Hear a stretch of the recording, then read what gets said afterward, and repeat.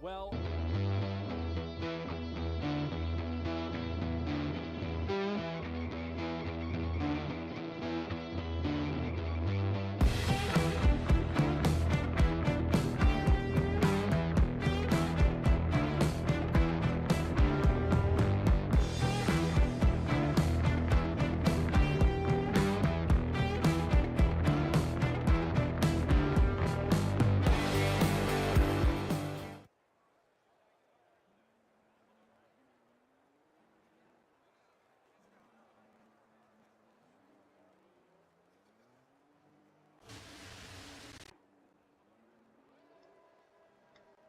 Well, that was a successful start to the stream. Welcome along, everyone, to PSGL. It is season 36. It's round 11 of the championship. We are here for the Texas Grand Prix, or the American Grand Prix, from the Circuit of the Americas. My name is James Head. Delighted to be taking you through the stream here tonight. Hopefully you can all hear us okay. If not, I've got a few things I can do on my end to try and fix it. Joining me in the commentary box, though, it is Byron Hale. Byron, how you doing? Yeah, not too bad, thanks. Great to be here, and going to be an absolute barnstormer this one. Well, funny enough, it's a barnstormer. You can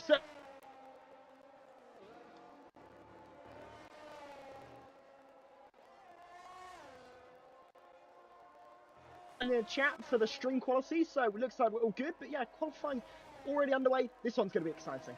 This one is going to be exciting indeed. I've just turned my camera off on Discord, so that might hopefully calm things down in terms of my CPU, because it is heavily overloaded right now in terms of the encoding. The joys of having to take control of the live stream. But we are going to have a look quickly at the championship standings before we get into tonight and bring you up to speed of what happened, of course, in Brazil last week. Mateo out on top on 104 points. He's already wrapped up the championship. Renton second on 82. Cameron Dowden third on 80. Flotman and fourth on 75.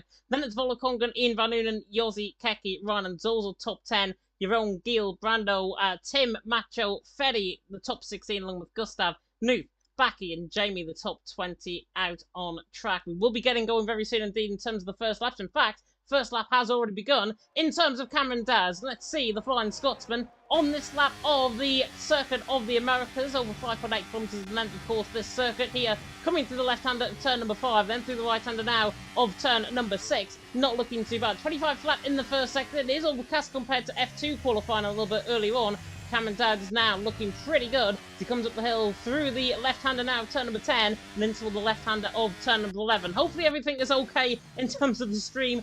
Hopefully it's all good, and hopefully you can hear me, which is the more important thing. Cameron Dowd is on the run now down into the left-hander of turn number 12. This long kilometre straight down the back here with Cameron Dowd on the run now down into the left-hander turn number 12. We'll see what his middle sector split is going to be like. Don't expect to see the 31-1s that we were seeing in F2 earlier on, but 101.8 though in the middle sector. Cameron Dowd, I've got to say though, Byron, not looking too bad on this lap so far. No, he absolutely is, but not too bad at all. But these drivers just forget these first laps in, and well, crucially, this is a good point to just bed yourself in, as you see the half get nicely out of the way there. Now we rub in the final few corners. Cameron Dowd, his dad always cheers him on in the Twitch, not in the Twitch chat, in the YouTube chat, and well, let's right, they'll be cheering his son on once more tonight as the initial benchmark lap time of 1:31.545. Talk in the chat before this race in the Discord of a 1:31.1 being the pole time roughly, so quite a ways to go, but there again, quite a ways to go in this qualifying session.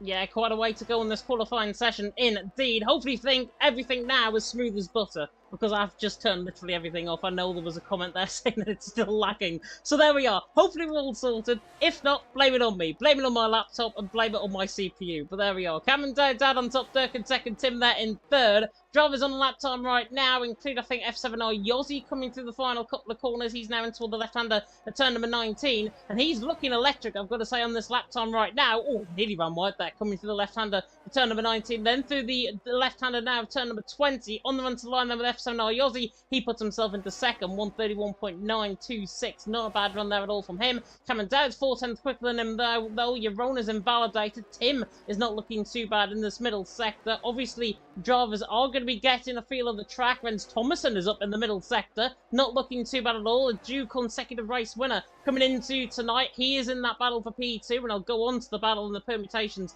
in just a second. Rens Thomason now in toward the left-hander at turn number 19. Winds the curve very neatly, I've got to say. Coming to the left-hander now in toward the left-hander again at turn number 20. On the run to line, he's going to put Cameron Dowds under pressure here. Oh, and he does. 31.2. 3/10 clear of Cameron Dowds. Rens Thomason may have just sneaked pole position already in this session, and we're not even 5 minutes through. Yeah, with plenty of time to go. I wouldn't expect that time to necessarily stand, but a great initial lap time there from Rens Thomason. That is a man who won't have to think too much about holding back in these later parts. He can really just go as aggressive as he dares. You think about those drivers towards the bottom of the field, you know, looking at like Dirk, Yossi, Kazil there. You know, these drivers, they've maybe got a little bit more pressure to deliver better lap times later on in this session, whereas Rens Thomason, he's come out the blocks fighting with a great lap time there, and that does mean he hasn't got to think about holding back later on here, so it's going to be interesting to see what he can do, but plenty of time still to go with, well, plenty of time on that clock. You're looking at about, you know, 11 minutes still left on that clock, so, you know, plenty of time for the order to change.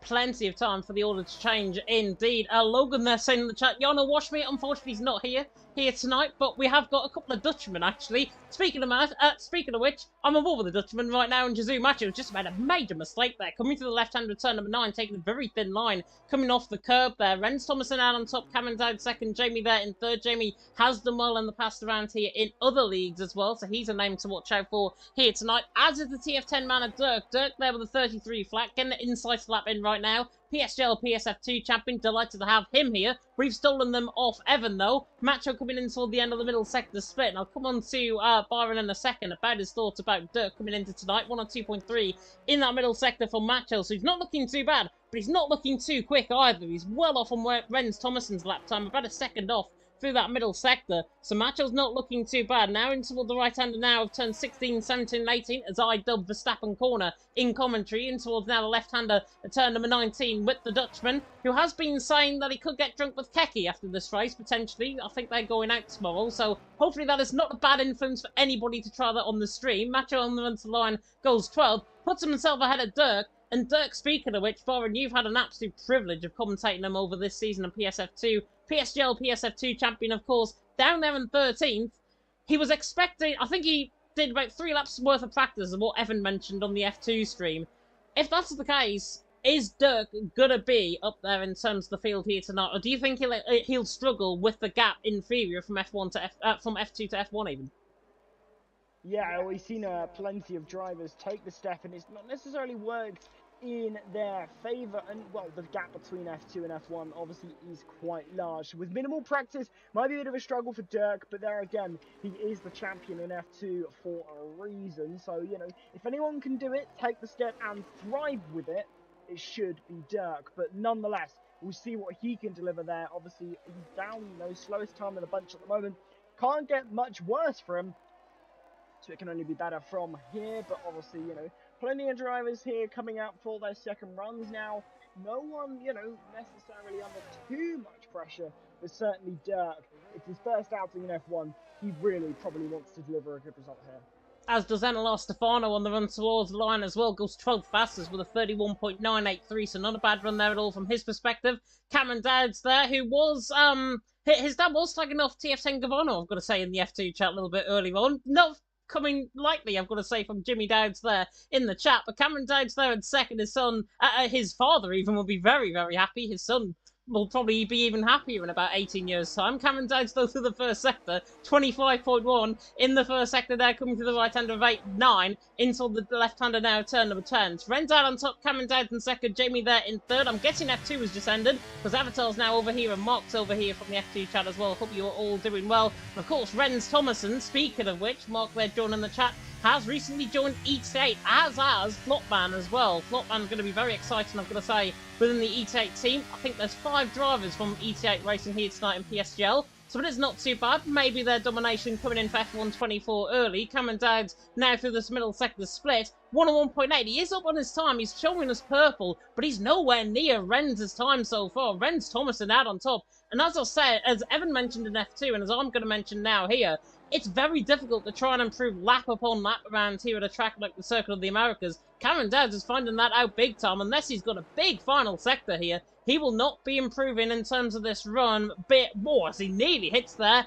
Actually gets put off. Coming through the final couple of corners, he's back into the pit lane. So Cameron Dowds done. Not happy with that traffic that he hit. 31.5. Definitely not happy that he's still in second. No, but keep an eye on, obviously, the reigning champion now. We can finally call him it, Matteo.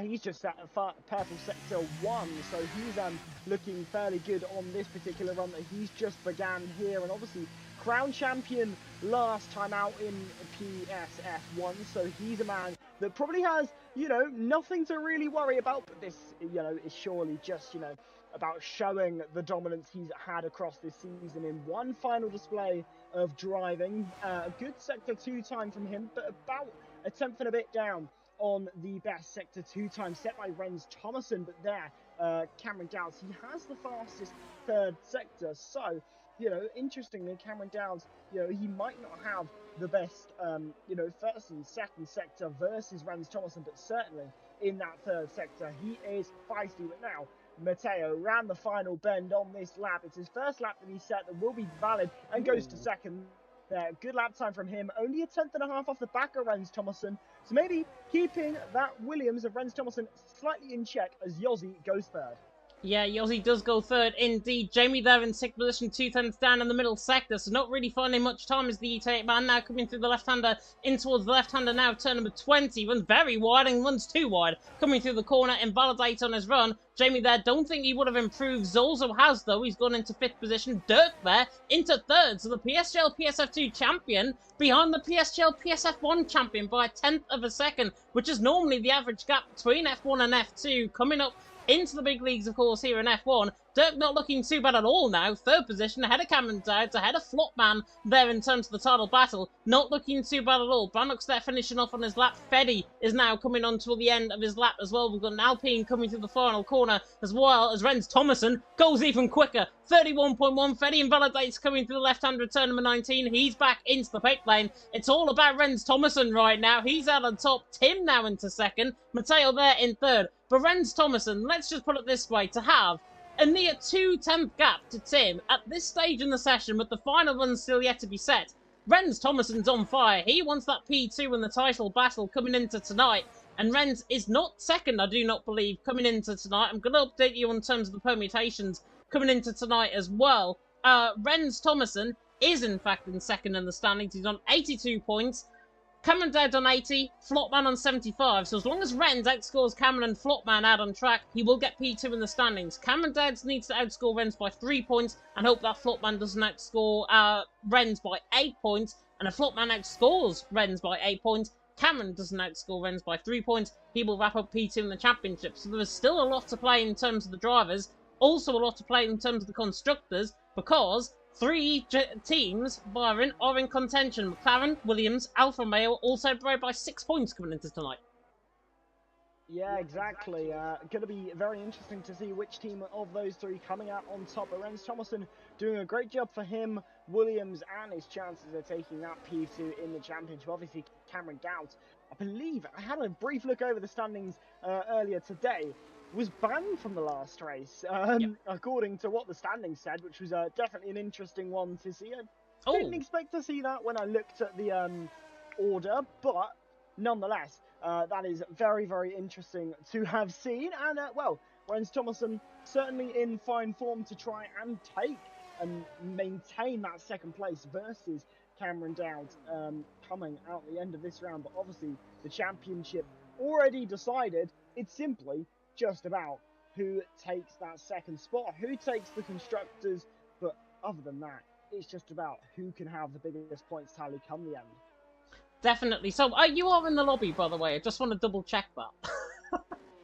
No, I was on about banned from the last round of the season, as in from the previous.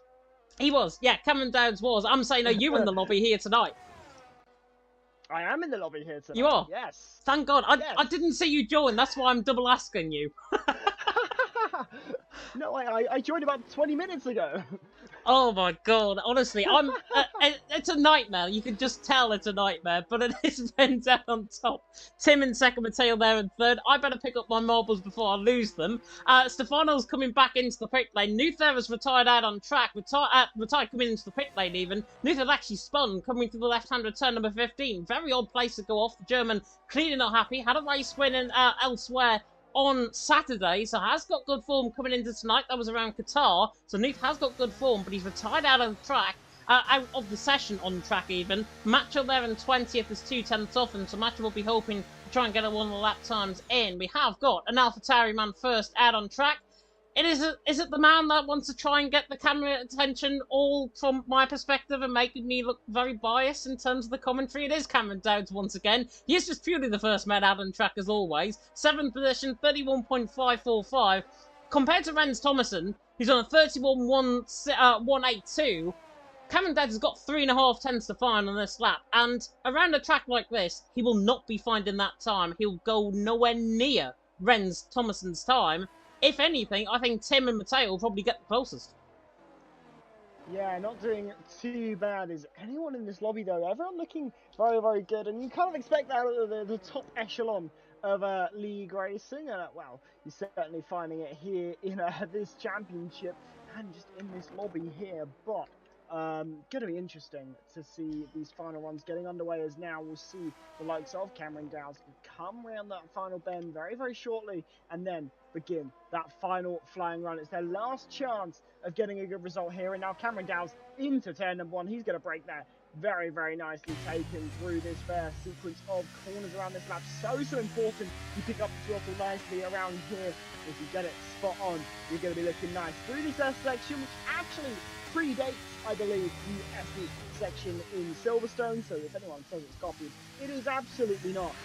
Predates that by a long stretch, but now Cameron Dowds winds his way up and up the hill and promptly down it as we head towards this very tricky hairpin down here. And well, got to be very careful there as you get a penalty there from Matteo for illegal blocking. That confirms the lobby restart. But now, barreling down the straight, how low do you dare run your wings to maximise this straight? Well, certainly in these qualifying conditions you run it maybe a little bit lower, just so you can pick up a little bit more straight line speed. That was so important, especially in these qualifying conditions, especially because in the race, whether you have DRS or not, is less meaningful, but looking very good here for Cameron Dowds in his final flying run.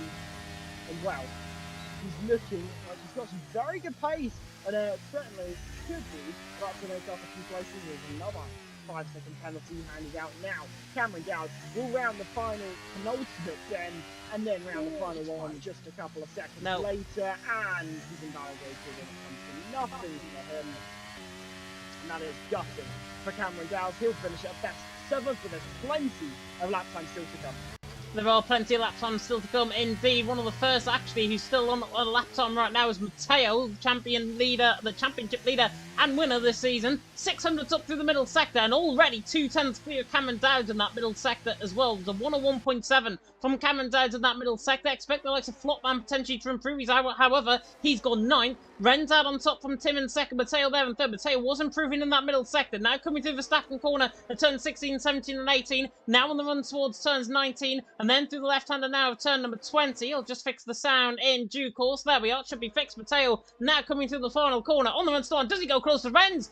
Oh, he does, but a 31.3 not good enough. Tim is invalidated in terms of his lap time. Dirk is up, however, in terms of his lap. Yossi is going to be the next to come across the line, however, in the Alpine. Now through the final corner. In 5th position right now, the Smithsman. Does he cook like chocolate? Yes, he does. 31.163, but Rens Thomason's a 10th down. Can he find a bit of time of that middle sector. Tim, as I say, is down. Dirk's back in the pit lane. Jamie there going third, so it's all up to Renz Thomason now. Yossi out on top. Renz runs wide. That is it. Yossi's on pole, I think, unless Fetty and Stefano can do something. Fetty is coming in toward the final couple of corners. The Aston Martin now for a shock pole position on the run to the line. Nowhere near, goes 15th in the end. Stefano's 2 tenths up. He's not going to be improving beyond Yossi, I don't think. On the run to the line, he goes there, stays 18th. But it's Yossi out on top for the second time in a week. Yossi is out on top. Ren's there in second. Jamie there in third. Fantastic end to that qualifying session. And it's the Swiss man that swirls that chocolate once again, whisks it away, and Yossi now back out on top.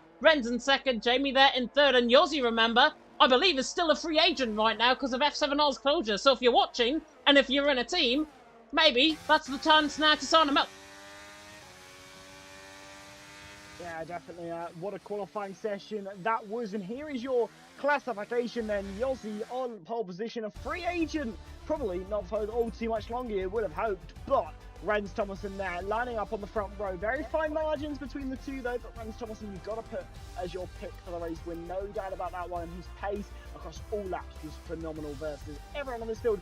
Jamie in third, Matteo fourth, Tim in fifth, Dirk rounding out that top six. Zorzo there in 7th, Cameron Dowd in 8th, Flopman in 9th, Emspal in 10th, Volakongan in 11th, Ryan 12th, Kazil, Brando rounding out the 7th row of this grid, Fede and Keke there on 15th and 16th respectively, Jerome, Stefano, Mako, and then Nick there rounding out the ending of that grid. But what a qualifying session that was. We have a lobby restart to come, but you cannot count anyone out for this race.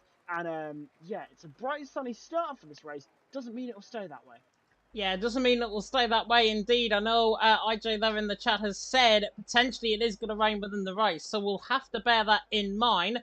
What we're going to do is something a little bit different, because I know Jess normally goes to the adverts. We'll go to that in just a second, but a reminder to anybody that is tuning in from F2, this is the state of play coming into tonight in terms of the championship. Matteo was already wrapped up the championship. 22 points clear, cannot be caught with Renz Thomason there in second. Renz, Cameron Dowds and Flopman is the battle we're going to focus on in terms of the commentary here tonight. Second, third and fourth, all separated by 7 points coming into tonight. And as I mentioned there a little bit earlier on, if you didn't catch what I was saying about the permutations, Renz Thomason only needs to outscore Cameron Dowds and Flopman to get P2 in the standings. Cameron Dowds, however, he needs to outscore Renz by 3 and hope that Flopman doesn't outscore both of them by 8 points. Therefore, Cameron Dowds will pick up P2 if that is the case and Flopman does remain behind him. If Flopman, however, outscores both of them on Cameron Dowds and Renz, he will pick up P2 in the standings as long as he outscores 8 points ahead of Renz and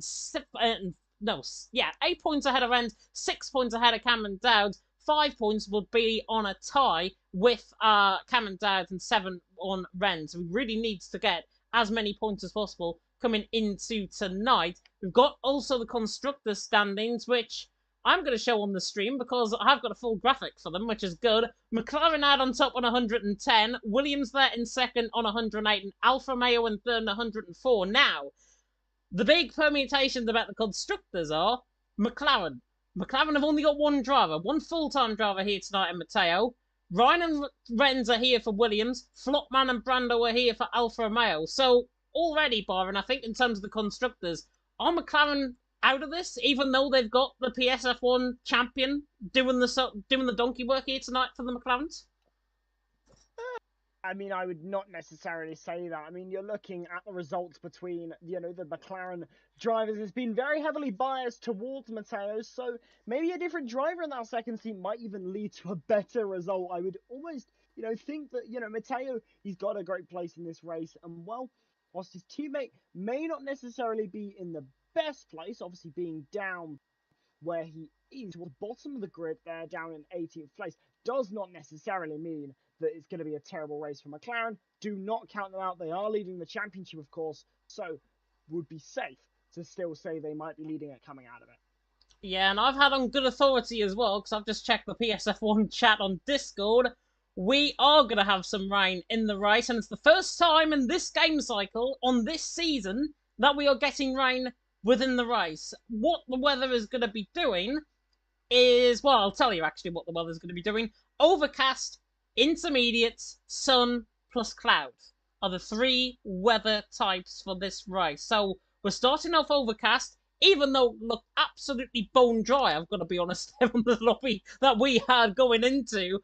It looked pretty sunny. However, we are due intermediates within the first half of the race at least, and then we've got sun and cloud towards the end. So my imagining is about this game cycle and about what the weather normally does. Ryan is normally very quick, by the way, about these custom grids, so he'll be setting up very soon. Overcast conditions, what I can read into the weather is you'll see intermediates around about that 8 to 12, around about that period. Then we'll have about 15 minutes worth of inters. Then we'll have a drying period, and then we'll go to full dries. So I think we'll probably get dries towards the end of the race, as opposed to a little bit earlier or a little bit later, and the rain completely missing the track. But we're going to go for an intermission break. We're going to go to the adverts for Sim Racing Centre and indeed for GT Omega. We're going to be back with you in about a minute and a half's time.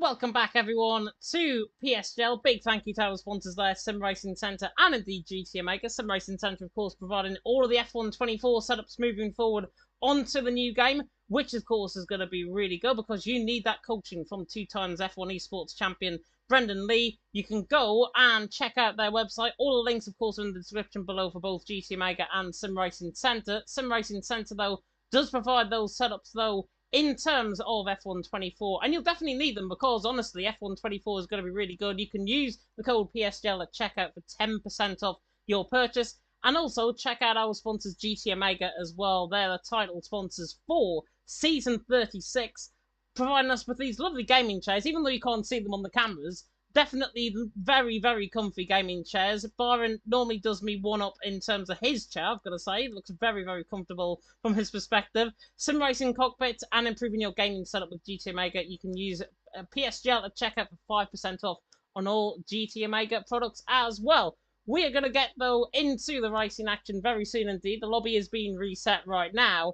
And that gives us a focus once again on the standings coming into tonight. Matteo out on top, Ren's there in second, Cam in third, Flopman there in fourth. Judging by what we've seen in F1 so far this season, Byron, and also in F2 from your perspective, the battles, I think, this season have been more competitive than ever on the PS side, which is going to suit drivers very well going on to the new game. As if he's here. I hope he is. You might be on mute. I was on mute. Congratulations. Yeah, I was literally responding and then realized I was on mute. So that's interesting. That happened. But yeah, no, very true. You know, the action has been ever closer on this year's game cycle. We saw, especially towards the start, the gap was a little bit bigger, but as the game has gone on and has got ever closer, and now these drivers are separated by mere fractions of a second. We saw there all of these drivers, the margins that separated them so slim. But once we get this race underway, the action, it's going to be even closer than I think we've seen at any points in the season, especially with the weather a bit more up in the air. But I'm seeing the lobby set to overcast and not custom weather. So, interesting there. but either way, in for a good race. We are in for a good race indeed. I think it's custom weather is set. It's just the pure of what the weather normally throws up on this game within the lobby screen. I think you can only have one slot showing, and that's normally the overcast slot, as we can see there. But you can now see us looking into the lobby, which is going to be now game time out on track. Let me know in the comments section who you think is going to take this race win out on track. Be very interesting to hear your perspective on who will win. I'm immediately going to ask Byron, because I normally just jump in and say a random name from absolutely nowhere. I'm going to go Byron. Who are you going to pick for this race win out on track here tonight? Oh, you're asking the guy who does not know too much about this grid. So it can only go good for you in terms of that. But based on the past, when I've done, and seen some of these drivers race, I'm going to go with the man who was second on this grid. I'm going to go with Rens Thomason. I think he's going to have this one in the bag quite comfortably. His pace in qualifying, very, very strong. Unlucky for him not to have taken pole, but slim margin separating him and P1. So he's going to be my bet for this race win, but I think there's plenty of drivers who could take it tonight. Absolutely. Matteo there, who's obviously 4th place on this grid, but obviously you cannot count out your pole man either. So, going to be anyone's game, I think, but my money, I think, is going to have to be on Rens Thomason. That pace in qualifying, electric. I hate to agree with a co-commentator that I normally have in the commentary box alongside me. I'm also going to go for Rens Thomason for the race win. However, I can see rain on my screen. I can see rain droplets out on track, and that is not a fluke. That is actually happening in real time. So the rain that was forecast earlier on in the race, I was saying about lap 8, lap 12, the rain is already falling out on track. So does this mean we're going to get 1-2 laps potentially on the dries, and then we see everyone force into the pit lane basically on a set of inters? This adds even further intrigue to this race. Well, I'm looking at the amount of rain that's coming down out of that sky, and I think it's going to be literally, it's going to be lap 1, pitting for intermediate tyres. It could be absolute carnage as well, because based on the fact that it started dry, when we cut to this lobby, I think the drivers are forced to start on a dry compound tyres.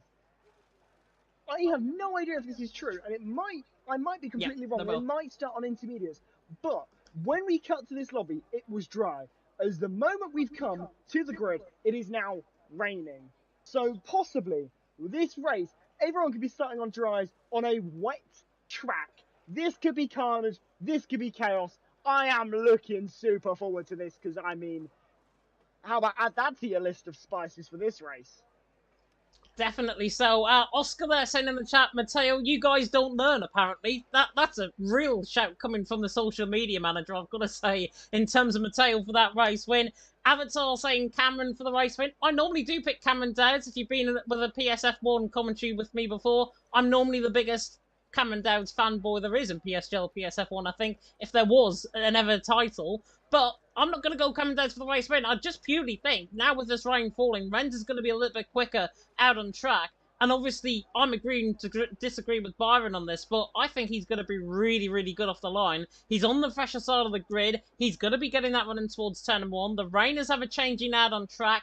It is falling very light, but they are going to be starting on dry compound tyres very soon indeed. Oscar saying he's the Matteo #1 fanboy there in the chat as well. Always good to see. Hopefully there's lots of fanboys out there, and hopefully you'll be seeing some of these names on PC going forward in F1 24. I can already confirm Matteo and Cameron Dowds are definitely staying along with Flopman on PSGL PSF1 next season, regardless of what tiers they are in. So it is always good. The 500 lights about to go out, though, here out on track for the season finale in Texas. And for one last time, we go racing in PSGL, PSF1, and Yossi gets a very good start. Ren's there in second, Jamie there in third. Tries to cut across on the outside line now in towards turn 1, but Ren's will lead. Sorry, Yossi will lead even in towards turn 1. Matteo up the outside line. Tries to get the move done on the inside. Ren's there in second, Matteo there in third, Jamie there in fourth. I think everyone is clean through in the background. Nuth and Macho are fighting right down to the back end of the field. Cameron Dowds is fighting side by side with Tim. Tim and Zozo there going off. There's a car going off there on the left-hand side. That's Volokongan.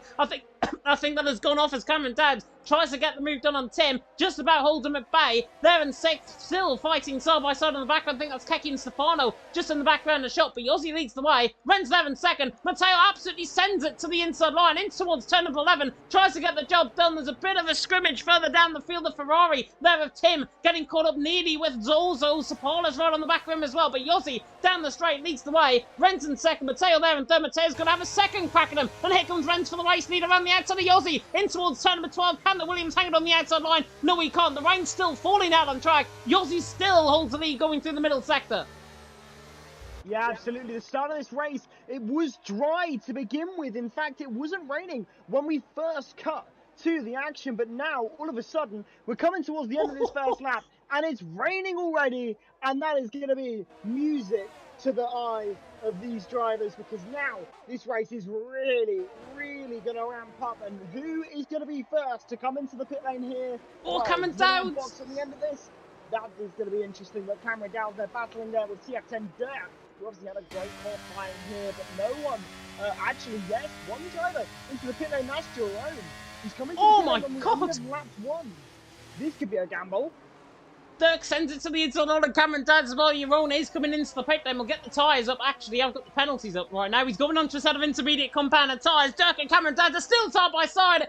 First rule of racing, don't hit your teammate, and that's exactly what they're doing right now, the AlphaTauri's going around the outside. Cameron Dowd, Dirk forced off track by himself rather than anything. Tim now up the inside line. You can tell it's the end of term here in PSGL PSF1. Yossi leads the way. Ren's there in second, Matteo in third, Jamie there in fourth. Very good start to this race. Cameron Dowd again looking to try and get the move done. So Dirk there on the inside trying to get the move done on Cameron Dowd's. Match on Stefano dropping down the field. Keki and Nuth, by the way, starting on a set of medium compounded tyres. Everyone else is on a set of softs, but they are going to be coming in. Not maybe this lap, maybe the next lap. Some drivers might have to risk it, because we are already seeing very changeable conditions out on track, and you can tell by the surface of the track we're going into by the end of this lap, if not next lap.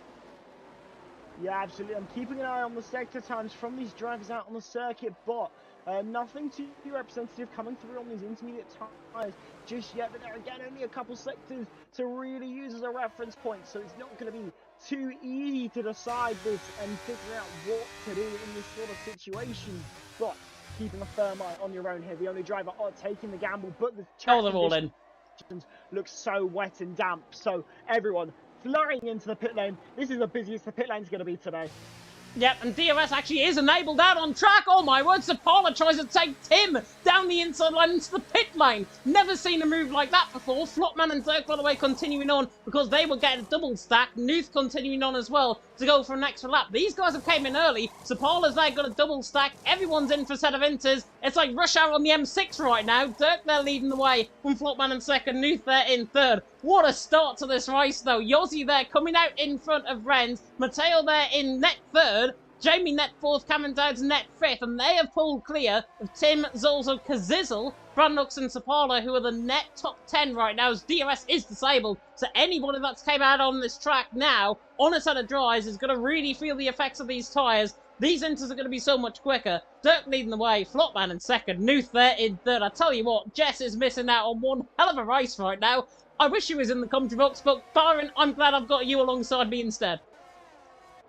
Yeah, I know, exactly. It's going to be so great to see how this race pans out and progresses. I mean, look at the likes of Dirk, Flopman and Nuth here. They're struggling around on these intermediate times, but the sector times, obviously not too representative here for anyone on this grid because they've all just come out in the pit lane. But your own set the fastest sector from time that we've seen so far this race on the lap just gone. So showing that the intermediates are definitely the faster tyre now. But unfortunately, definitely, these soft and medium compound tyres are absolutely struggling. And there, sector 2 times come through. And well, 1.6 seconds the difference between Nuth and Yossi in that sector 2. Yep, they are losing a lot of time and a lot of places. A gut-wrenching mistake here for Flopman, Nuth and Dirk. Definitely so. Chaz, by the way, liking my comment about rush hour on the M6 in the pit lane. To be honest, it's more like a traffic jam on the M6. I've got to say that coming in the pit lane. But everyone was in. Everyone is now in because Dirk, Flopman and Nuth came into the pit lane. Yossi's defending the race lead by 0.5 of a second from Renz there in second. Matteo there in third. Jamie fourth. Cameron Dowd's there in fifth. Cameron Dowd's actually dropping back off the back of the front four, maybe just to try and cool down the tyres slightly. May have gone a little bit overheating on that first run, but he's there in 5th position, doing a good job. Tim's also Kazizel top 8, and then Brandox, and now Sapala looking to the outside line on Dirk, and Dirk's the one that's struggling. His 3 laps of practice, oh, he forces Sapala off track there. These guys have no love lost about between this track. Dirk, fresh out the pit lane, comes out in P10. Everyone else that's came out of the pit lane, Nuth down in 17th, Flopman down in 19th. I'm imagining Flopman either got held up in the pit lane or had a front wing change potentially on that car. He's all the way down in 19th, and as it stands right now, Ren's ahead of Cameron Dowds, enough to wrap him up in P2 in the standings. Flopman outside of the points is going to be wrapping up P4, but he's got a mountain to climb early on, Byron, if he wants to try and get into this race, as Matteo sets his sights on Ren's, potentially for P2 even, if I can get my words out, to the inside line towards turn number 12, the McLaren, up the inside of the Williams, and he makes contact with the inside line of the Williams there. I'm not sure if Ren's just moved across him slightly, or if it was Matteo's fault, and a bit of contact there on the rear tyre. But Matteo was round. Good job he's wrapped up the championship coming into tonight. He's down there in 4th. Cameron Dowds behind him in 5th. But Matteo, a very, very rare mistake. If that was his own mistake, that's a very rare mistake to make. Ren's, though, surely going to be looked at as well in terms of that instant. Really unfair racing, to be honest, but it's just part and parcel of motorsport at the end of the day. Yeah, exactly. A little bit of contact between the two, and it just sent Matteo around slightly, but very good recovery from him to not go full circle, because that is what you might expect some drivers to do in that sort of incident, but very well held from Matteo, reacting very quickly, very nicely, and he's still in this race, still in the hunt for these positions as well. He's only lost 2 of them at the end of the day. He was battling for second, going down the inside, and where's he come out in that after that incident? He's only 4th. He's still in the hunt, but he is not out of that fight at all, and if anything, it is going to be red in the eyes of Matteo now, because he is going to be trying to fight and get that pace out even quicker to get back up to where he should be. Yeah, and judging by Matteo actually coming through the first sector, he looks really quick compared to Jamie through that first sector. As soon as I say that, he has a right twitch on coming out of turn number 9 and 10. Don't want to curse him whatsoever. He's there in 4th position, though. What I meant about unfair driving, by the way, if you take it out of context for a minute, Ren's there in 2nd. There could have been a little bit more room given, is what I'm basically trying to say. And I want to see these guys battle. You guys want to see these battle as well. Matteo, I think, probably more at fault than what Ren's was. But in the end, incidents happen. It's part and parcel of racing. And they do occur no matter what form of motorsport you're in.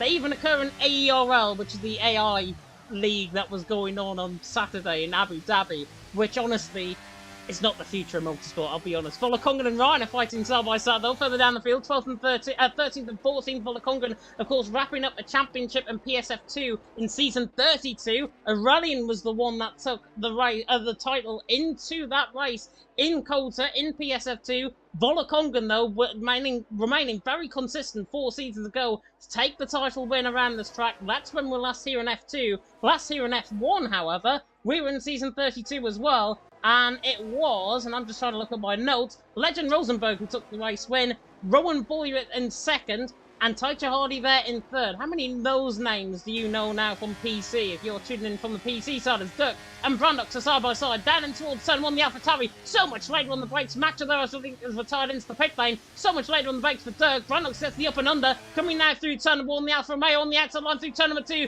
trying to put Dirk nearly off on the curb. Still side by side, Dirk's ahead going into the corner. How on earth he's managed that one, I do not know. Dirk Fooney's into 9th, the PSGL PSF2 champion up into 9th and showing what he's made of in the top tier.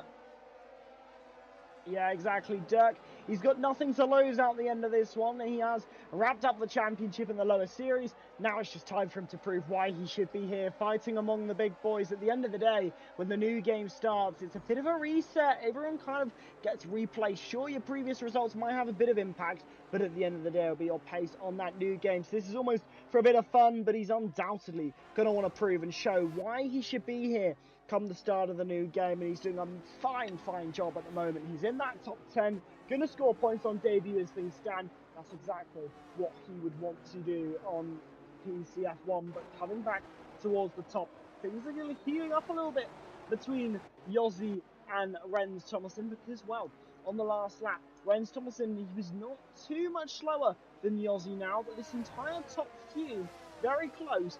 And well, Matteo, he's doing a nice job at closing on the back of Jamie. He's trying to get back up onto this all-important podium, but top 5 all separated by less than a second from each other. This action is really beginning to ramp up. It is beginning to ramp up indeed. We are now a quarter of the way through this race here in PSGL PSF1. If you are liking the stream, like, comment, subscribe, tick that notification bell, of course, if you're brand new for the channel. And you do not want to miss out on any content that is going on social media right now. Oscar Mandock there in the chat is the man to talk to in terms of the social media content, and PSGL producing brilliant stuff, I've got to say, not only here in F1, but also for F2 as well. I know Byron can certainly make his claim to fame in terms of the polls that's been made on social media as well about F2 this season. Yossi out on top, Lorenz in second, Jamie there in third, Matteo fourth, Cameron Dowds there in fifth. Having a flick through the batteries, actually, that everyone has got. If you're brand new to Formula 1, as Apollo picks up a 3-second penalty, brand new to Formula 1, Yossi has got 84% of ERS. That hold on the bottom end of your screen, that percentage figure, as Apollo is round, I think, at the top of the hill, coming down through turn number 9. Yellow flag out. No, hopefully no safety car or VSC incoming. Yossi, though, 79% of ERS. Basically what I'm trying to say is, when he comes out of a corner, he'll use a little bit of ERS. When he comes down into a corner, he will break into the corner. Matteo's actually going to put this to really good effect now. He uses up the battery to the inside line of turn number 12, gets Jamie through and he's into P3, but he did use a bit of battery up in that. It can gain you about 20 mile an hour down the straight, and that 20 mile an hour, even without DRS and even in these conditions, absolutely vital, especially if you've got a low wing setup, which is what seemingly Matteo has got. And already, he's on the back of the front two, because the front two are now squabbling like children over their last play area. Yeah, they are. They're not keeping as they maybe should. They might want to work together a little bit more if they wanted to try and keep the likes of Matteo behind. But it's the final round. For some of these drivers, nothing to lose. As I said, you know, when you have very little to lose and, well, you know, it does mean you're going to take a few more risks, and unsurprisingly, you're seeing a few risks being taken, but it's going to be all the better of a spectacle here as now Matteo, he's really trying to close up to the back of his top 2 as he'll squabble and slide out of turn number 1, and now through turn number 2 they will go once more. Very tricky in these wet conditions as well. A lot of these corners that would be taken full throttle, such as turn 2, well, now it's a real tricky challenge. Do you dare try and keep it full throttle, or do you have to play a little more strategically? As wow, Matteo nearly going down the inside of Renz Thomas, and that could have been a sensational overtake had it happened, but can still do it. Nothing coming to it on this occasion, as now we go down towards turn number 10. Down the inside he goes on his fellow possible championship elect earlier on in this season, and now he'll have to try and get the overtake down into turn number 12 here. Will Matteo is now pulls out alongside, pulls ahead and up into second place, and what was this time a couple of laps ago a real squabble and a real battle, it's been done a lot easier that time around, and Matteo comfortably up into second place, sets his sight on Yossi for P1. Well, put it this way, you can tell why he didn't turn up to Brazil last week, I've got to say, from Matteo's perspective. He's put all of his practice in to that move down in towards turn number 12. He is the champion for a reason. He's there into second position. And honestly, he's looking the best driver out on track now. He's got a little bit more ERS than the guys around him as well. We'll go on to the telemetry, actually. 71% of ERS right now for Matteo. Yossi ahead got 86, so slightly more. Renz is on 59, though. That's the comparison I was making between Renz and Matteo in terms of their batteries. Jamie on 62. Cameron Dowd, as per usual, has just got a full amount of battery he can use up. He's taken it very gingerly, very easily on the back. But these top 5 have got to be careful, because I'm just noticing now Tim Zolzo just beginning to get a little bit closer to within a second of the top 5 ahead. Now, if Tim and Zolzo can latch back on, this is going to be perfect for the top 7. They can work together until the dry period comes later on in the race. He's there in 6th position, trying to hunt down Zolzo. It seems like, though, the guys ahead have got lower wing setups, which is why they're carrying the car. Even though I'm saying that, Tim is gaining time. Now a second behind on the back of Cameron Dowd, about to make it a 7-car train. Dirk there a bit of no man's land on with Kazizzle, Brandux and Freddy. They're the ones that's going to be next joining on. As Sapola, by the way, he's gone into full silhouette as Matteo. Down the inside. Oh, and he's gone too deep, unfortunately. He went too late on the brakes there, but what an attempt at an overtake down the inside into turn number 11. That would have been audacious from the McLaren man, but really showing his pace and his strong performance here, because he is just so coming close down to the back of Yossi, and now Cameron Downs battling there with Jamie. Parler getting a time penalty there as well. Jamie off the track, he'll lose out to Tim nearly there on that occasion, and now Cameron Downs a little bit far off the back three, but now look at that, it is Yossi ahead of Matteo as they continue the battle for a safety car out there. That's MC Parler, who's retired just on the exit of turn number 9. And unfortunately, that does bring out a safety car in this race. Is there possibly a change to full wets coming? Because I'm not going to lie, this track is looking absolutely drenched. It is looking absolutely drenched indeed. Yossi is coming in, Matteo is in, Renz is in, Cameron Downs is in. In fact, of all it seems coming in, whether or not that was for a fresh set of inters or for a fresh set of wets remains to be seen. Sapala was on a fresh set of wets until he ended up out of the race. So, if that's anything to go by, drivers mightn't necessarily think about going onto the fresh set of inters, and that's exactly what most of them are doing. They're going onto that set of inters. They clearly feel that this heavy rain period is not going to affect the track within the next 10 minutes or so in this race, and then it'll begin to dry up from that period. So, everyone into the pit lane. One man that has taken a very much a big gamble on a full set of wet compound tyres is Keki. They're down in 14th position. Better come out the pit lane. He's been jumped by Ryan actually in the pit lane there, but Keki is there in 14th position. Volocon getting behind him as well. That is a big risk tactic for Keki to try and take. I'm not sure though what we're going to be doing in terms of the weather. We were due overcast, rain, sun and cloud in terms of the 3 official time in terms of the 3 official weather scenarios that we had coming into tonight. At the minute, this rain is honestly looking more like a thunderstorm out on track, and the Midwest and Texas especially have been facing that in real life recently with a lot of tornadoes going on in this part of the region. But Yossi there leading the way, Matteo second, Renz there in third. I think drivers on a full set of inters, on a fresh set of inters, have actually made the right call as opposed to Keki there on a full set of wets. But then again, I'm looking now down towards turn 11, and there's a lot of wet patches forming off track, which normally indicates that it could be time for full wets. Well, I'm going to give you a bit of a weather update there, and a bit of a drop of what could be coming in this race. That was not an intentional pun, but I'm undoubtedly going to take that one, because that was quite clever from me. But the telemetry is telling me that it won't stop raining for the next 32 minutes. Wow. We are raining until the end of this race, undoubtedly so, which does mean that possibly the call for those wet tyres might be the better call for this moment in time. The track is so wet that I do think maybe the wets are the better tyre for right now. It's as to how long that wet patch lasts. Is it going to be raining this heavy for a long period of time, or is it a shorter period stint, maybe about 5-10 minutes? That's the question that I think these drivers are having to ponder. MC Parler took the gamble. It didn't work in his favour, but now Keke, under the safety car, he's decided it's a gamble worth taking for him. It could pay dividends, but it might also go bust. So in the banking world, maybe it is go big or go home for Keke, but for the rest of the field, playing it a bit safe, but it could mean they lose out massively. Oh, Mateo's... that one man is Mateo. Looked like he was going to come in, and I'm wondering if he maybe tried to bait a couple of other drivers into the pit lane. He's baited Kazil in. As actually, Kazil has come into the pit lane. So maybe, just maybe, the right call was made by Keke, because everyone seems to be coming in. They pit for fresh inters. Surely this is them changing to wet. Fresh set of inters for Kazil, like I'm reporting his pit stop. He's got 5-second penalty, which is why he's came in the pit lane.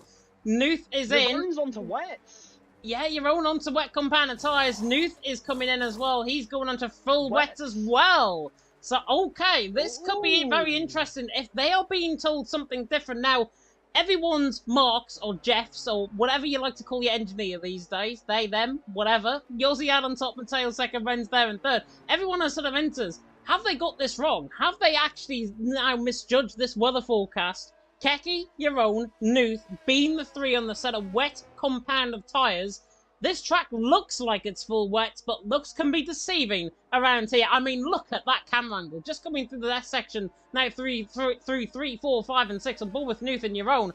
That is absolutely sodden. It's a bit like a typical day up in the northeast of England, to be honest. Every day this week, I think we're going to have rain up here. But in 17th and 18th, Luther, Yaron on a full set of wets, Keki on a full set of wets as well. Have they actually made the right call? If you're saying 32 minutes in terms of the rain, maybe take 2 minutes off that from when you said it. Half an hour worth of rain is going to be right towards the end of the race. So we could see wet throughout the entirety of this race now. Absolutely, and well, you were literally spot on. 30 minutes until this rain is supposed to stop, so you know your timings very well, Mr. James Head, and well, hopefully these drivers are going to know their timings when we get back underway, which hopefully should be the end of this lap, I would hope, but Yaron and Knuth, sorry, not quite on the back of this safety car, so might not going come in at very the end slow. of this lap. But yeah, they're going very slow and gingerly around here. So I'm wondering, probably another lap for safety car, it might appear, because the safety car hasn't said it's coming in. So one more lap for this safety car, unfortunately, but does maybe lean itself a bit more towards the wet compound tyres. Will we see anyone else come in, though? That is the question. If they do, they are going to be right towards the back of this grid. I think we are all coming down. Nearly another one that nearly baited me there into the pit lane. Thank you, Cameron. Thanks, Matteo, for earlier on as well. But we are getting drivers into the pit lane. Flopman is in, and I think Volokongan is also into the pit lane. No, he's not. It's Kazizel, actually, that is into the pit lane. So both of them are into the pits. This should be for a full set of wets. If they are being told, if their engineers are telling them what we are telling them from the commentary box here, we are forecast 30-odd minutes of rain, probably around about now 28, 29 minutes, in around that period. That will be right up until the end of the race. So anybody that's going on a full set of wets might be making the right call right now. Yaron is back into the pit lane. He picked up a 5-second penalty, which is why he's back in, but he's also gone onto a full set of wets. Now, in terms of the amount of tyres that they get, I'm really unsure on how many tyres they actually do get out on track, but Flopman is more intriguing than anyone else, I think, that has got on the full set of wets, because he's in that championship battle for second. He has got 8 points to try and find on Renz Thomason and on Cameron Dowd. They're currently sitting pretty in 3rd and 4th right now, so if he has made the right call, you would imagine Flopman is going to absolutely spearhead through the field, and the Alfa Romeo, or the Sauber as we like to call them here in PSGL, Flopman there in the Sauber, they're in 16th, should be right there or thereabouts come a couple of laps time. Yeah, it could be really interesting to see how this race progresses. And it's going to be interesting to see, I think, where Keke pans out in all this. Obviously, the man who first took the gamble under this safety car. Obviously, we did see Sapala take the gamble under green flag conditions. Didn't work out in his favour. He spun and retired out of this one. But Keke took the gamble when the safety car came out. He's running in top place. He's got a few inters behind him, but crucially, a lot of inters ahead. If they all have to come into the pit lane and change those tyres, well, he is going to gain hugely. The pace on these wets versus the intermediates, that is the thing you need to keep your attention on, because this could be a real deciding variable in this race. Matteo, Yossi, Renz Thomas and Cameron Dowd, the top guys who you would expect to, maybe have to be played a bit precautionary, have taken what could be a huge gamble if this track is too wet for them. So, this safety car restart, as the safety car will come in at the end of this lap, absolutely crucial for everyone in this race. It is indeed, and Yossi now dictates the pace to however he likes. Now coming to the Verstappen corner at turns 16, 17 and 18. Yossi the virtual Burt Malander, he's now the virtual safety car. Buckle up, fasten your seatbelts, we're in for one wild and wacky ride with still 16 laps to go in this race here in PSGL PSF1. You are not going to miss a thing from here on in as Yossi now comes to the left-hander of turn number 19. When is he going to decide to go? I think midway through turn number 20. Oh, he's actually gone now. Yossi now comes in toward the left-handed turn number 20, puts the pedal to the metal, the foot to the floor, and we get back to green flag racing. Yossi retakes now the race lead, coming across the line with a 1 minute 22 down on his personal best lap time. Ren's right on the back of Matteo though, down in towards turn number 1. The rain is really affecting these drivers in towards turn number 1. Cameron Dowd's there, looking on the back of Ren's. Everyone taking it very gingerly, coming through the left-hander now of turn number 1 at the top end of the hill. Williams and Mercedes going side by side. That's Ryan and Volokongan halfway down the field. All of them looking very ginger-like coming through there. Keki's not looking too bad right now in the full set of wets. He's right on the back as well on one of the Alpines, I think. The full wets at the minute are looking very much better at this stage. Keki's all over the back of the Aston Martin of Fetty, and now pulls the inside line in towards turn break. Tries to get the job done as Flopman picks up a 3-second penalty. Keki now on the outside line of turn number 9. Tries to get the job done. Can't. Fetty still there on the inside line. This could get Ryan into play potentially as well. Keki now on the outside line. Beautiful helicopter cam. Coming down the hill in towards Central 11. Keki around the outside. Does he get the job done? Yes, he does. Keki, job done on Fetty. Thuni's into 10. The full silhouettes seem like they're better, but very marginally, I've got to say. Yeah, but this is very interesting. But you've got to think, the pace of Keke and those around him going to be dictated by the pace of these intermediates ever so slightly. It's like how you can get stuck behind someone who's on slower tyres. You want to get past them. You want to get as much pace out of your tyres, but you can't just because, unfortunately, because you've stuck behind them. You're getting a bit of dirty air. It's not working to your advantage, but Keke looking fairly good in this race. And there you see an incident there between Matteo trying to get up into P1 as well. Plenty of drivers battling, but you've got to keep your eye on those wet tyres. But now all of these inters, they're really squabbling, and this is what could hurt the race for the likes of Keke. This could hurt the likes of Keke indeed, but here comes Keke, speaking of which. 3 wide into turn 20. Are you mad? Keke to the inside line, tries to get the job done. Has he got Dirk? Has he got Brandux? Cameron will tell us in a second. Dirk on the run up towards turn 1. Keke has got them done. In towards turn 1. There goes Zozo to the inside line on Tim. Keke, though, has absolutely spearheaded his way to the inside line through turn 20. Gets the job done. May get the job done as well on the two Mercedes. The Red Bull and the Mercedes even battling side by side. Coming through turns 3 and 4. Yossi, Matteo, Renz, Cameron tied to the top 4. Wouldn't want a better top 4 than this right now in terms of the race. But Keke, so much quicker. Honestly, I think he said he's going to get drunk tomorrow with about 36 pints, is what he said earlier on in the Discord. Maybe add another couple to that, because that was absolutely ruthless from the Finn, and now he's going to be even more ruthless on the back of JB to the inside line, in towards turn 11, the Ferrari, and the Mercedes side by side. Flopman in the wall. Safety car deployed.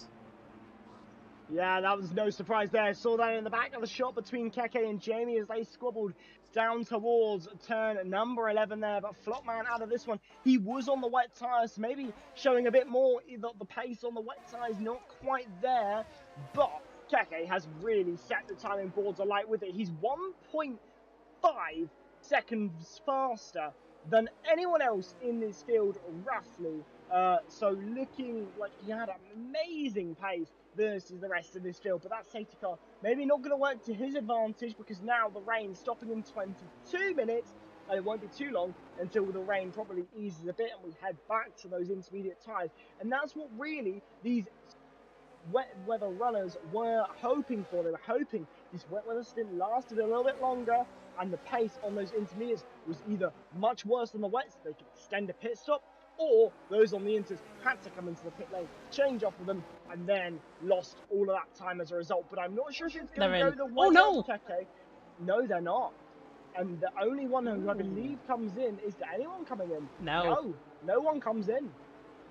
I think they're getting told different things again. Ryan's definitely into the pit lane. Anybody else coming in? Volakongan in, Jeroen in, Stefano stays out, Nuth is coming in, and he's got right side end plate damage, so that would lead me to believe Flopman and Nuth may have had contact in terms of that incident down in towards turn number 9, I think it was.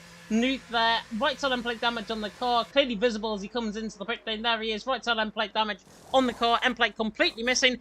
He's back onto a set of inters. Ryan is, Volakongan is, Jeroen is. Now, this could lead to two things. This could be they only get one full set of wet compound tyres, which I don't think is the case. Or they think that the inters are clearly quicker than the wets, even though we think Keke, and, well, Keke certainly is on a full set of wets. He looked very quick. Whether or not they're second doubting themselves, though, is a different thing. This race is taking more and more turns like the Premier League title race right now. Yossi leads the way, Matteo second, Ren's there in third. Lap 15 out of 28. And, to be honest, I'm at a point in commentary where I kind of don't know what on earth is going on, to be honest. I mean, it's exactly as I was saying. I think, you know, what these drivers have weighed up is it worth the time that I will gain? They've pitted for a set of wet tyres. They could catch back up under those safety car conditions, and then the track was in that point where the wets are faster.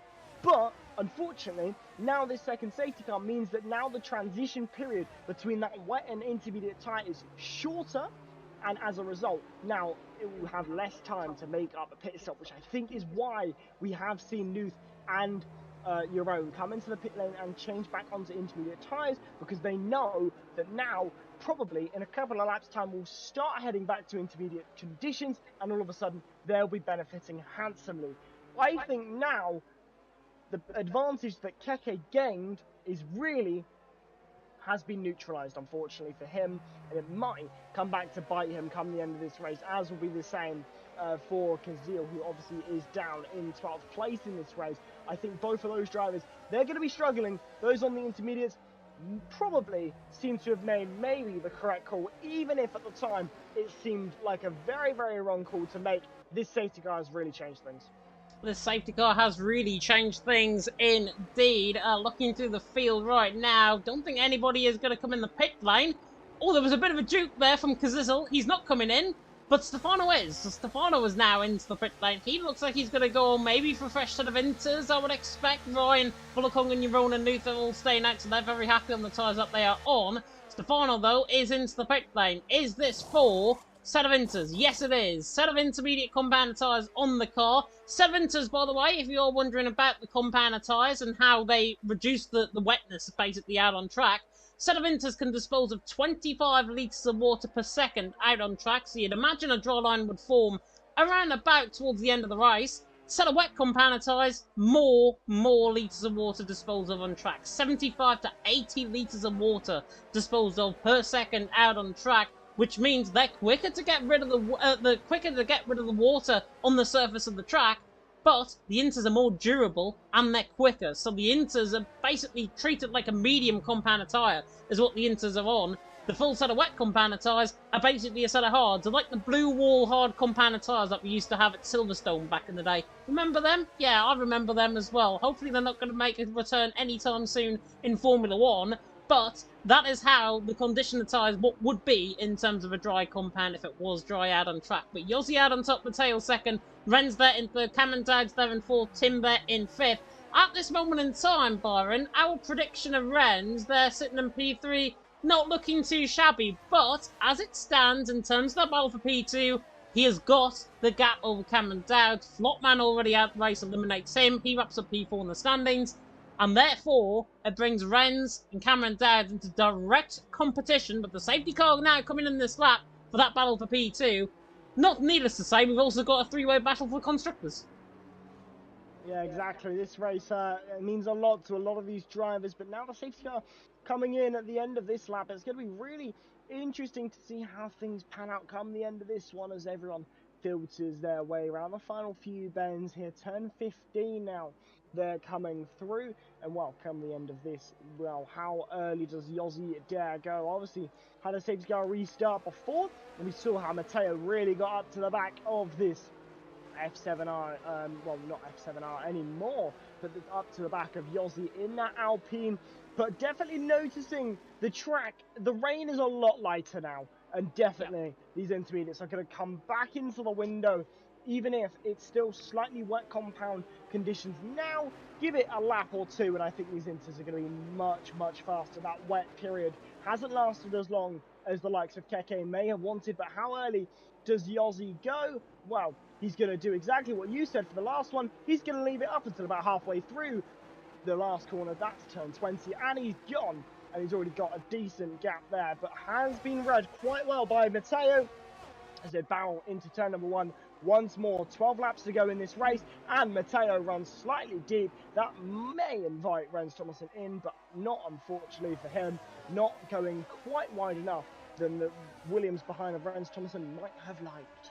Yeah, definitely not. Very good restart, I've got to say. Very measured restart by all. It's the ones on the fresh set of inters are the ones to watch out for. Ryan's already all over the back of Kazizel, coming through the S section now, turns 5 and 6, of course, mimicking that S section, of course, that we have at Silverstone. Also have the S section, of course, Maggots and Beckers, of course, at Silverstone. Also the S's at Japan in Suzuka, as now Ryan all over the back of Kazizel. You can physically tell, out on track now with Ryan on board, he is looking on the hunt, on the back of Kazizel, and it's definitely looking a lot lighter the rain out on track, which means it's Inter's weather, and these tyres are going to dry up very quick on the track surface. Kazizel there makes a mistake, runs Ryan out wide. Tim and Zolzo are side by side, along with Jamie and Keki running down the straight, as well as Matteo and Zolzo for the race lead. Matteo tries to get the switch back in towards turn 12. Bit of carbon fibre coming off the tyre there, I think, from Yossi, and Matteo sweeps back around the outside and gets the job done. The McLaren duties into the race lead. Yossi there in second, Ren's there in third, Zolzo getting past Tim in the background as well. Yossi, though, not done with yet, tries to come back to the inside of turn 15, can't find the move. Matteo there leads, Yossi in second, Ren's there in third, and Brannox and Ryan have a right squabble further down the field as well. Was expected that would be Ryan and Kazizel. It's not, it's now Brannox, Kazizel, and Ryan, who are now battling out side by side, running wide there. Is the is the Sauber even of Brandox. Ryan there in 12, Bullacungan there in 13. Kazizel is dropping all the way down the field. He's on the wrong compound tyre. He'll be coming in the pit lane, I'd imagine, soon. Stefano there is into, as well, the left-hander turn 20 on the back of Kazizel, right down on the back end of the field, this battle. On the run up the straight towards Tomo. Matteo leads, Yossi second, Renton third, Cameron Dowd's there in fourth, Kazizel and Stefano still side by side. Nuth trying to make a 3 wide around the outside. We'll turn the timing trough just to see the switchback that Nuth might get on the back of both of them. Gets a phenomenal switchback. Surely an impossible move's not going to be completed, or is it? Nuth around the outside. That is marvellous from the German. Gets the job done. The old guard fires here in PSGL, PSF1. Nuth and he's into 14, making Kazizel and Stefano look very, very ordinary indeed.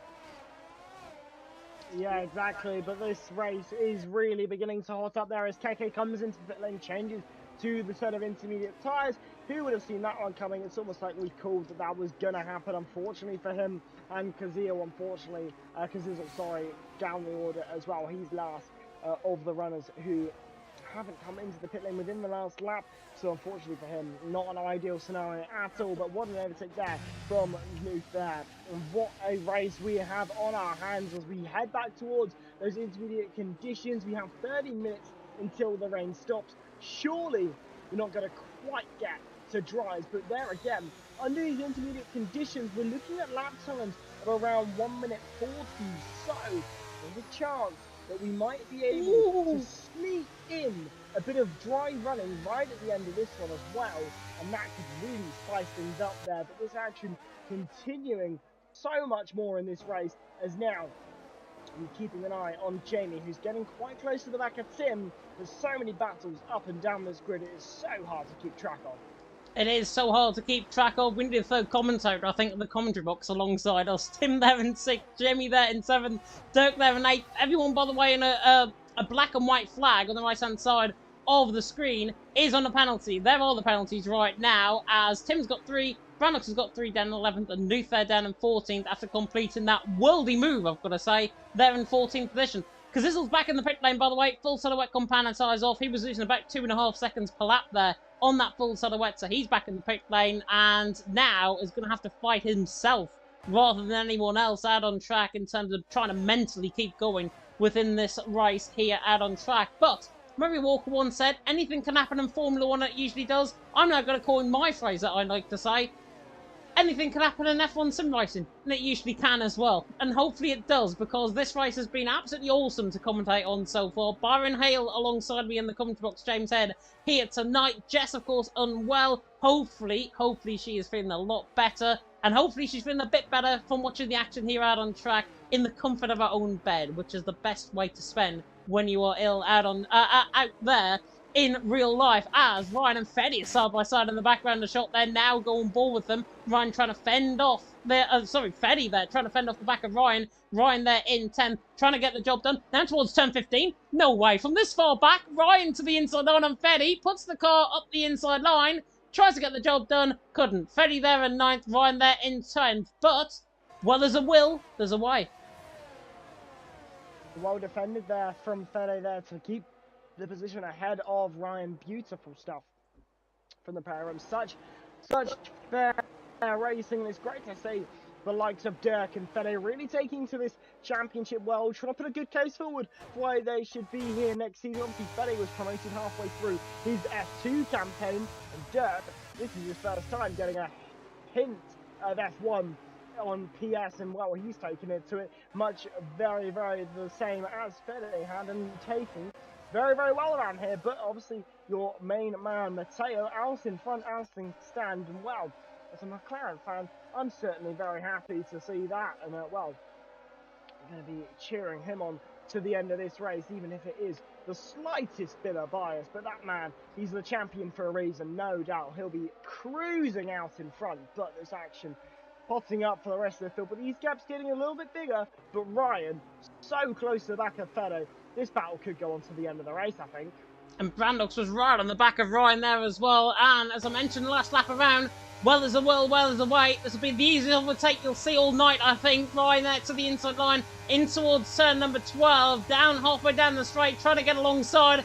Have I just cursed him in terms of this move? Now to the inside line, pushes Fede out wide slightly, now to the inside line. He's not making it easy for himself, this move. I did say it would be the easiest move you'll see all night. This is the hardest move you'll see all night. Ryan, though, gets the job done around the outside. Better traction compared to Fede. 5-lap younger tyres coming into play, and there goes Jeroen on 5-lap younger tyres to the inside line, and Brandox. Nuth right in the battle there as well, the German. Now trying to join in on the fray as well. Coming around the outside is Jeroen, the Dutchman on the back of Brandox, the TRT man. Nuth is still there, though, on the inside line. Got to be very careful. Doesn't want to come across him there, Jeroen, but Jeroen there comes across on him nicely. There in 13th, Nuth there in 14th, but Nuth all of a sudden has got into this race. He is feeling very buoyed by that double overtake he made coming through turns 1 and 2. And Nuth now is on the back of Jeroen. Jeroen is on the hunt at Brandox. The rain is beginning to fall much lighter out on track. We could see rain stopping very soon. Jeroen to the inside line. Absolutely cannons into the side of Volokongen. It's not been Volokongen's race at all. Jeroen there cannons into the side of him. And that puts Brandox and Volokongen side by side coming through turns 2 and 3. Volokongen remains ahead. Brandox can't control the move. Neither can Nuth. Jeroen there, throwing his into 11th, and looks more like a bowling alley right now, that Aston Martin, rather than anything else. Yeah, a bit reminiscent of, a certain Hungary, where a certain Lance Stroll and Valtteri Bottas had a bit of bowling into turn number 1, but very nicely held. Minimal contact made, and still good racing between everyone involved there. Could have been a bit more of an incident there. Keeping an eye on Rens Thomason, who's close to the back here. You won't let him through. Yossi for second, and yeah, Jeroen letting Volokongen through there for 11th place in this race. Probably just thinking about possible penalties to come from that. Wow. This is mad. Man. What? It's 3 wide. He's on a mission. Briefly there. Yeah, that man is really fighting here on an absolute mission. Jeroen trying to hold it down the inside, though. Surely he can't manage that. He absolutely can. Shows Nuth the door. And, well, now has to battle with Stefano. Side by side they go. As brilliant. They head through turn number 15. This is brilliant racing for the pair of them. Yeah, James Head summing it up brilliantly there. Brilliant racing between the pair of them. But this is losing them crucial time to those up ahead. But what action from these guys. If you want a spectacle, call this entire grid up, because that is exactly the sort of action we want. Brandox is into the pit lane, by the way, and I'm not sure if this is to retire the car. It is to retire the car, so he's into the pit lane.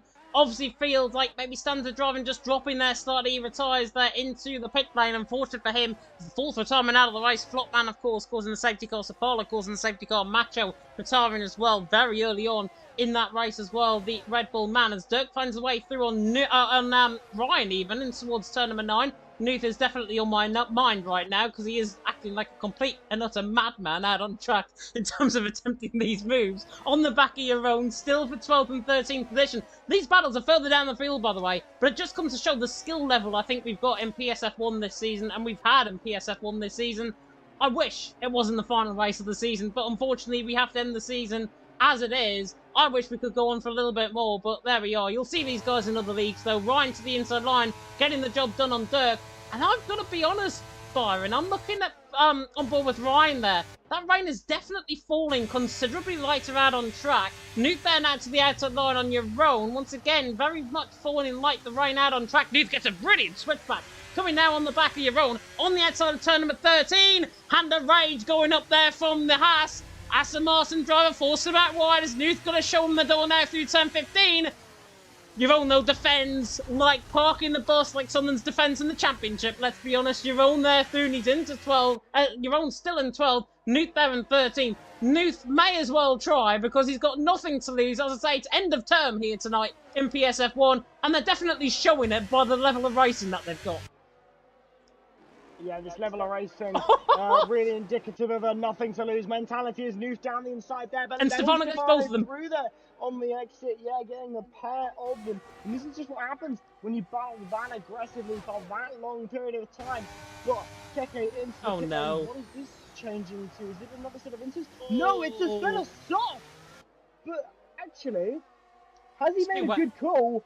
Because it has stopped raining though. It has stopped raining. Oh.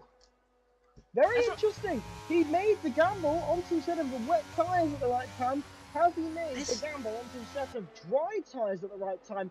I have a feeling it's a bit too wet, but you never know on this game. It does like to be a little bit deceiving.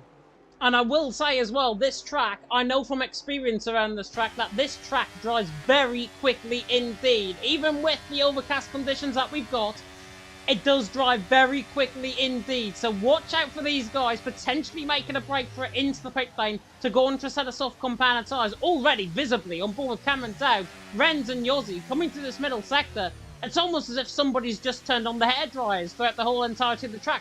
It is nearly bone... well, I'm not saying it's nearly bone dry out on track, but it is getting to the point where these drivers are having now to fight their inters rather than a set of softs. Now, Keke is going to be well off the pace in terms of the set of softs right now, but coming 2 or 3 laps time, where everyone else might be on a set of inters staying out there, and everyone else, and he's on a set of softs and potentially going to be the sole driver on that set of soft compound tyres, he's going to be making a lot of ground, but it's the gap that he's going to be making up that is my big concern, as we're going to go on to lap 24 out of 28. It's still enough time for the race to... for the track to dry. It's just whether or not, though, Keke's got the time and this track dries quicker enough as Jeroen is into the pit lane. Nuth is going to continue on. Kazisel, I think, will also be coming in the pit lane. Kazisel actually stays out, but Jeroen feels the need to come in for that set of soft compound tyres, potentially. He's into the pit lane. Tim and Zols are there 5th and 6th. We're not mad in terms of what we're saying in the commentary box. I think, honestly, this track could dry before the end, and anybody in the set of softs come the end of the race could be in for a right reward, even though they're still 15th and 16th currently out on track. Yeah, but the thing is, the difference between the second sector time for the soft versus the intermediate tyres, 3.5 seconds lost there, and then a further 2 seconds lost in the final sector. So it is not looking the best in terms of being on the tyres right here, right now. But wait until we get a few more sector times on the board. If you look at the likes of Matteo, he settled 28.350 in Sector 1. If they're setting anything close to that on these set of soft compound tyres, then maybe, just maybe, there's an avenue for them to get a benefit out of this. But as things stand, not likely at all. 29-1 there for Keke on the soft, so it's going to be very difficult to get anything out of that. But then again, I'm running above with Renz here in P3 right now. That track is already forming a dry line.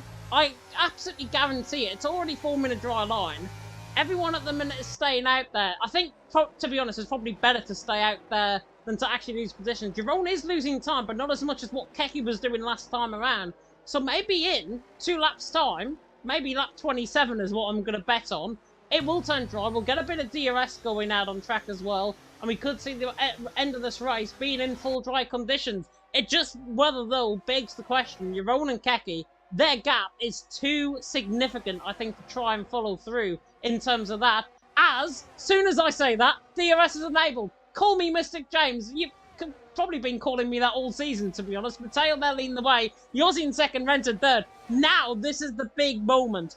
When the drivers come in, I can already see visibly Jeroen is gaining on Kazisel, gaining on Nuth, and gaining on the rest of the field. So I think, honestly, if I was in their shoes, even though there's still spray out on track, I'd come in for a set of soft compound tyres. I think everyone should come in, set of soft compound tyres, go hell for leather final 3 laps. You've got nothing to lose. There's going to be no safety cars and VSCs in the race either. Yeah, but the thing is it worth a gamble for some Oh, driver 3 like wide! Mateo, for example? There we are, 3 wide moment as Renz Thomason, by the way, down the inside there of Yossi. Cameron Downs, though, trying to get the better of this one, trying to advantage himself as he tries to get ahead of Yossi there through that sequence of corners, but not able to get the overtake done there. But he'll try it round the outside of Yossi. Can he make the move here? Oh, go Tries on. to switch back. Surely he can make this one work. Tries to hang it around the outside there. But as you were saying, the track is so much drier. But does anyone come into the pit lane here? Well, No. Mateo decides against it. Renz Thomason, what will he do? Will anyone come into the pit They're lane? in! Yes! They're in! Renz Thomason into the pit lane. So a couple of drivers Oh my into the pit lane. God. This is a gamble with 2 laps to go in this race. Well, 3, including this one for Mateo. That could be a huge gamble that could decide the championship. Oh. But there again, if Mateo comes in on the next lap, he could lose seconds versus the rest of the field. He could lose seconds, and I'm going to go gap to the leader right now between the guys coming out the pit lane and Mateo. Gap coming out of the pit lane is 23 seconds, around about that period. 23 seconds. Note that time as we go through the next 3 laps or so. Francesco, I think, in the chat, I think has put it completely right, to be honest. You can't gain that much time in 3 laps. I agree. I don't think you can gain much time in 3 laps either, but anything can still happen in this race. Never discount these guys unless they're soft compound tyres. They may have just ruined their championship chances. But Renz Thomason, Cameron Dowd, 8th and 9th position currently, are P2 and P3 in the standings, is what I can definitely tell you about on track. No matter where they finish, unless Cameron can outscore Renz by 2 points, which, given how the drivers might go on the inside of Inters, could be worth it. I don't know. Cameron Dowd, though, here he comes to the inside line on the back of Renz Thomason. These two future stars of F1 sim racing to the inside line in towards turn number 12. Job done for the Flying Scotsman. Throonies into 8th. Renz Thomason there in 9th. Gap at the minute, 20 seconds coming to the right-hander at turn number 13. Gaps are closing significantly, but isn't significant enough. Mateo is staying out there, Yossi's staying out there, and frankly, I think, Byron, everyone at Salvinters have got to stay out there just to try and weather the storm. Cameron Dowd, 18.8 seconds. He's just gained 2 seconds, pretty much, in the entirety of this sector. The softs are closing in so quick. Francesco, my friend, you could be wrong here. Well, yeah, it could be wrong. Plenty of drivers could be wrong here with their prediction and gamble to stay out on the set of the wet intermediate tyres there as Cameron Dowd goes down the inside of Kuth, as does Renz Thomason. Easy as you like it, absolutely. The pace on these soft compound tyres is great, but 16.8 seconds currently separate P1 and P7, the lead driver on the soft tyres is Cameron Dowd. Oh, Cameron's into the back! Not coming down close enough. Cameron Dowd, though, does go into the back there of Stefano. Is now he gets ahead there, and now Stefano does the same. And now this is where the gap is really going to begin to close. Now they've got a bit of free air, a bit of an opportunity to try and really unleash the pace here. And the sun comes out, and that is going to hurt the Inters even more. Could we see the softs come through right at the end to win this race? Well, Cameron Dowd is certainly going to be trying his luck here as he goes up to 5th place. He's now got mere margin to try and get up towards the top of this one. And well, these Inters are struggling so much here. He will gain seconds in some corners here, especially the likes of those turn 1 where the grip here is so crucial. That S section as well, turn 2, 3, 4, 5 and 6, you'll gain so much time through that sequence of corners. Cameron Dowd already up to the back of Volakongan, and well, give it literally 1 corner and he's already ahead there of Volakongan there as he gets moved down into turn number 19. These softs are really coming alive here as now we get the first representative laps from these soft tyres as well. Oh my. And well, Cameron Dowd, 136 versus a 134, a 141, sorry. So the gap and pace differential there over, yeah, that's 5-6 seconds a lap here. If this translates to even more on this lap, which you would expect it to, don't count Cameron Dowd out to definitely get his way onto the podium for the race win. Looking very out of the question, but don't count it out because there is still a lap, well, half a lap to go here. It could be on for P3, I think, Cameron Dowd, and this could be really significant because Tim's not only in this battle on the back of these guys, But Renz is on the back of Cameron Dowd. That is going to be the main battle now to focus on Bournemouth. And now they're going to go 3 wide down the straight. And look, there's the Williams ahead as well. Ryan needs to try and stay there. They've got a chance of the constructors as well. Renz there to the inside line. On Cameron Dowd, running halfway down the straight. In toward the left-hander now of turn number 12. Can Renz find the way through up the inside line? The Dutchman forces Cameron Dowd out wide. Beautiful camera shot as we now come in towards turn 13. Mateo will win this race. Yossi, I think, will get second, just about. But these guys are closing in so quickly. Another lap, it will be completely different. Renz Thomason's currently outscoring Cameron Dowd by the amount of points he wants to try and wrap up that P2. But they're closing in on Yossi very quickly indeed. Mateo, however, now coming through the final couple of corners. On the run to the line will come the championship winner to win here in Austin, and Renz gets second, or does he? Cameron Dowd's now to the line. Renz there in second. Cameron Dowd in third. Yossi there in fourth in the end, hanging on for grim life. Mateo, though, oh, no, another 2 corners, Byron. That could have been different.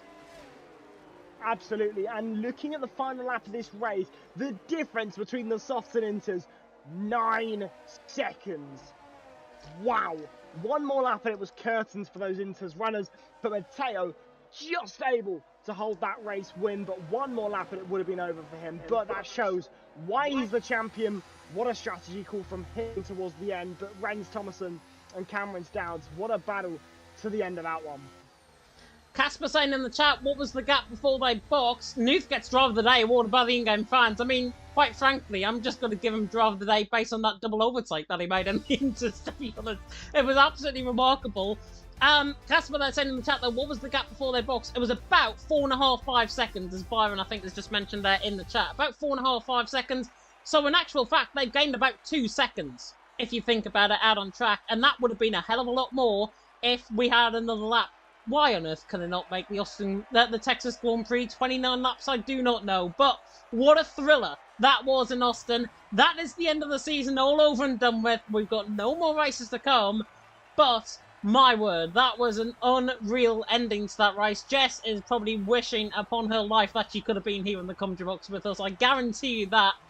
Absolutely unbelievable. Mateo takes the race win. Out on track. We'll get the full grid order now. It's Mateo who takes the race win.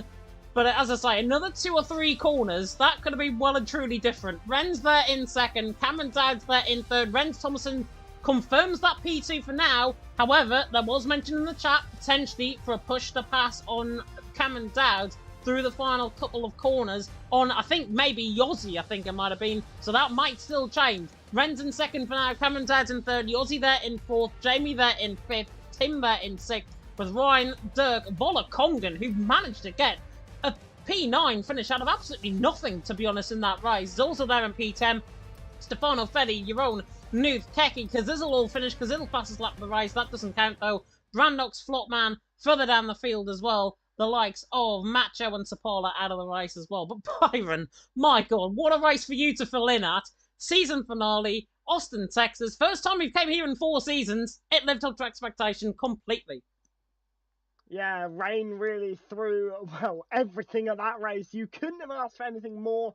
I believe nearly every set of compounder tyres was used in that race as well. In fact, yes, every compounder tyre was used in that race at some point. What a finale, what a race, what a pleasure to cast it. I mean, you could not have asked for anything more out of that one. What a race for Mateo as well to really send off this championship in fashion. But what a season. Where do we sign up for more? I don't know. When do we sign up for more? That's the big question. I think that's going to be on everyone's lips right now, coming into F1 24.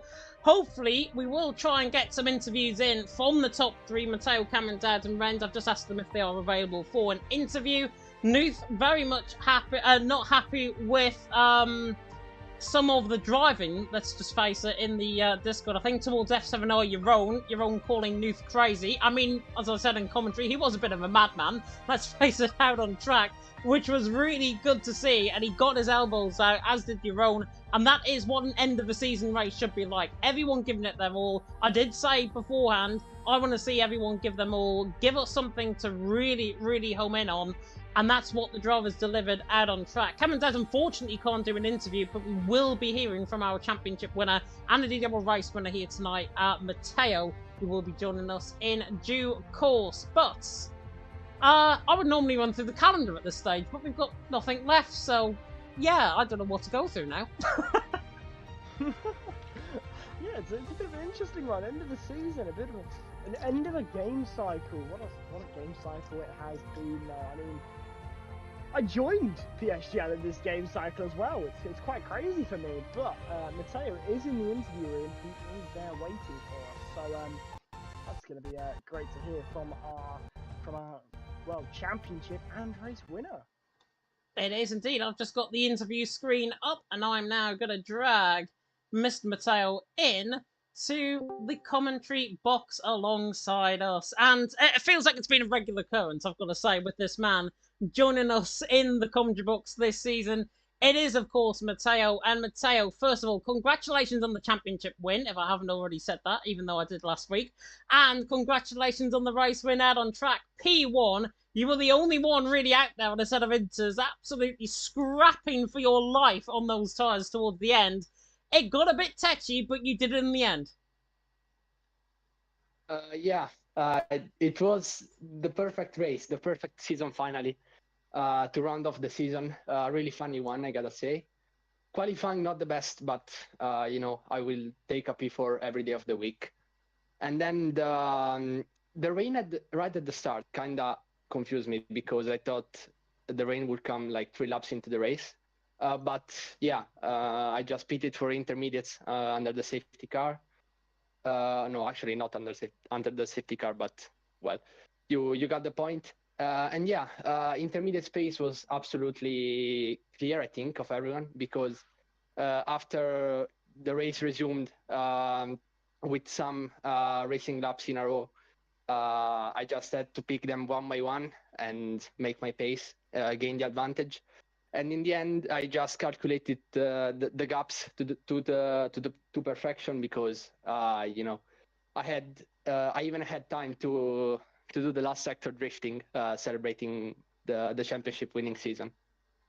Yeah, definitely. So, and I think as well, I'm going to have to do maths on this, and I'm not really good at this sort of thing. So, I believe, even though you're the sole man there in the constructors for McLaren, because Williams finished, what, P2 and P7 out on track, Gap out on track for you, you got 16 points, Ren's got 12, Ryan got 4, 16, evens out. I think McLaren are constructors champions as well. So that is a double whammy, my friend, I think, for you in terms of your championships. Obviously, McLaren having to do it by himself here tonight.